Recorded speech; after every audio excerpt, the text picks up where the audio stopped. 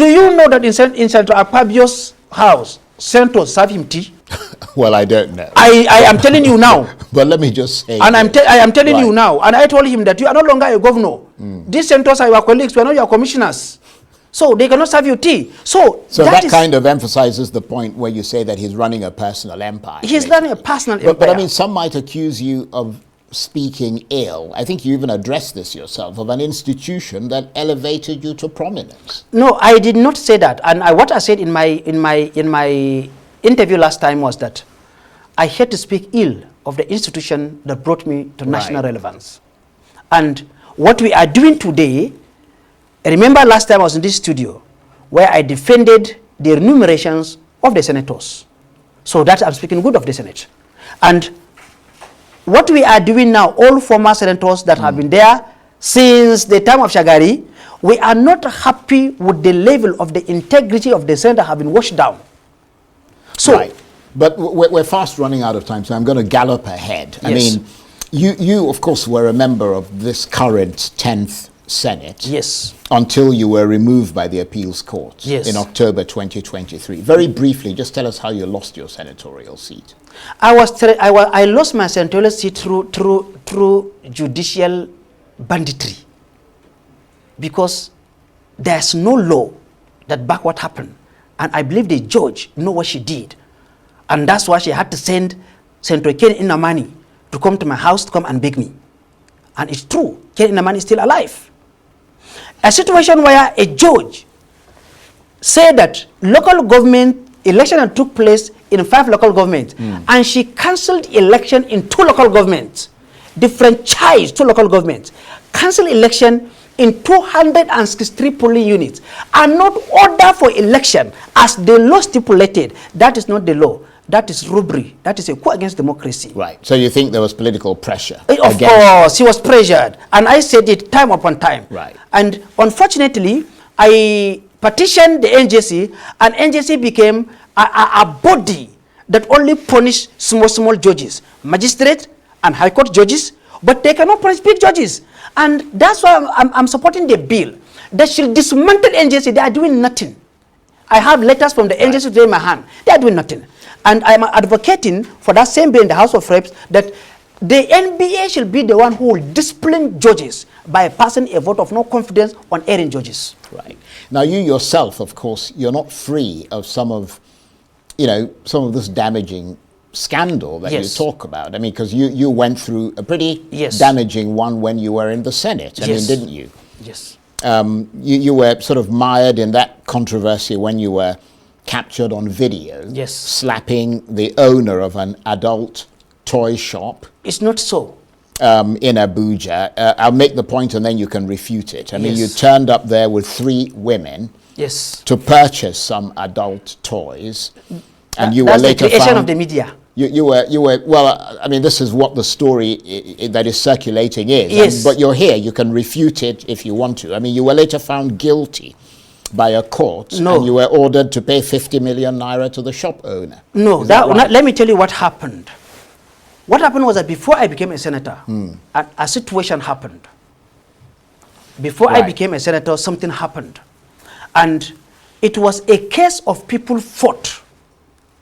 Some ladies fought, not in an adult shop, but rather a candy shop that's separated into 2. Right. At this side, they sell candy for birthdays, the cakes, and the rest of it on one side. On the other side, it was an adult shop for women. Right. And I dropped one of my sister out, her friend. And when I left, I was told that, I received a call that your sister is dead. I said, died? He said, what happened? They said somebody hit her. I thought maybe it was a car that hit her. I said, did the driver stop? They said, the driver did not stop. It's not a driver, it's a person. I rushed back there, and I met a lifeless body who fainted there, assaulted by her fellow person. And it's not the owner of the shop. The person also came there, and they had an issue. What happened was that they called off the video where the real assault took place on my own sister. And I met a conscious sister lying down, and they brought up where matter escalated. Where you lost your temper. Yes. Right. And we went to court, tried for criminal assault which is more dangerous than just paying damages here and there or whatever. And we requested for the original video to know what happened. And the judge found me not guilty. However, there's a pressure on government. They want to continue to be taking money from here and there and the rest of it. And they said they are suing for damage. What damage? I never appeared in the court. I only heard that there's a case at the Federal High Court where they said they charge me for whatever, so there should be exemplary damage because my name is a senator. I should pay 50 million naira for fighting, and I appealed the case. So the matter was before the magistrate court, and I won the case. Right. Okay, well, that's what you say. The thing that is in the public domain is slightly different. No, but you see, let's move on. You are hearing from me, Right. and you say you are giving opportunity chance to clear this, and you are hearing from me I now. understand that. And not also that they say it's a breastfeeding mother, and these are all lies. Right. Do you know that a situation whereby they hired a baby, so that the woman will hold a baby, so she's a breastfeeding mother. They borrowed a neighbor's baby and claimed to be breastfeeding. And well, when it all sounds monstrously complicated, and I mean, we can't sort of get too much into it because the other side are not here and all the rest of it. But let me just say this: you mentioned that the Senate. Let's just return to the Senate president, which is the main focus of this. I mean, you said the Senate president had mishandled the Senator Natasha Akpabio sexual harassment allegation affair. Yes. How so? Briefly. Because we're almost out of time. Now, briefly, in the 8th Senate, I have the video and I can send it to you. Senator Akpabio had a serious verbal exchange with the Senate President Bukola Saraki over change of Senate seat. He was not suspended. He was not investigated. The matter was handled with maturity. In the case of Natasha, it took a different dimension. Sat like the emperor that he claimed he is, and said the woman shall be suspended for 6 months, withdraw her security, stop payment of her salaries, not to be seen to close the National Assembly building, and even her aides should also lose their salaries.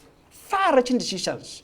Even ordering the Inspector General of Police not to provide her with security. In another way, exposed and so she will be killed. When you withdraw somebody's security, which is unright, that means you are exposing that person to be killed. And I know the IG, you see the police for all of us. Nobody owns the police. The IG realized that that is not a good thing to do. Because if they heard tomorrow that Natasha is killed, something will happen that we don't pray it happen. Now, if Akpabio was not suspended for fighting with Saraki over change of his seat, why are you suspending Natasha for 6 months if only your motivation is because of change of seat? Secondly, Natasha went to court and she got a court injunction barring the Senate from investigating her until the substantive matter is heard.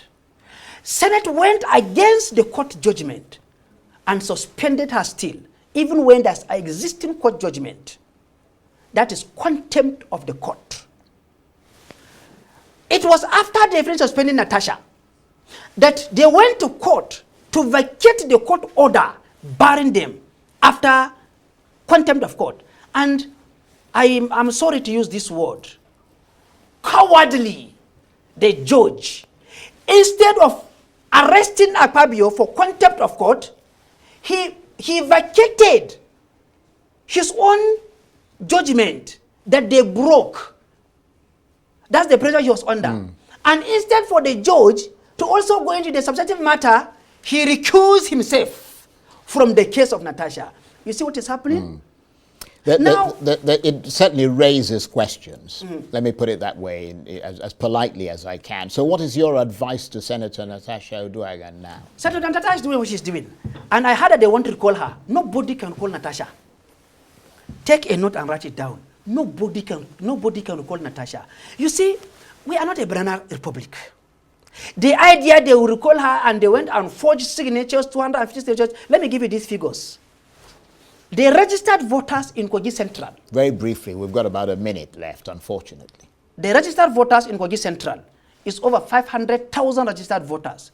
Section 69 of the 1999 Constitution said that you must have more than half of registered voters before they recall you. They got 250,000 signatures and submitted to INEC. And the law says that they must have 250,000 plus people who appeared for a referendum to return her. Now look at the 2023 election. The voter turnout on the national scale is just 27%. The vote that Natasha got to take her to the Senate is 54,000. Her opponent, closest one, got 52,000. LP, NNPP, and other people, all the votes of 2023, it's just 106,000. That is representing 22.1%, 21.2%.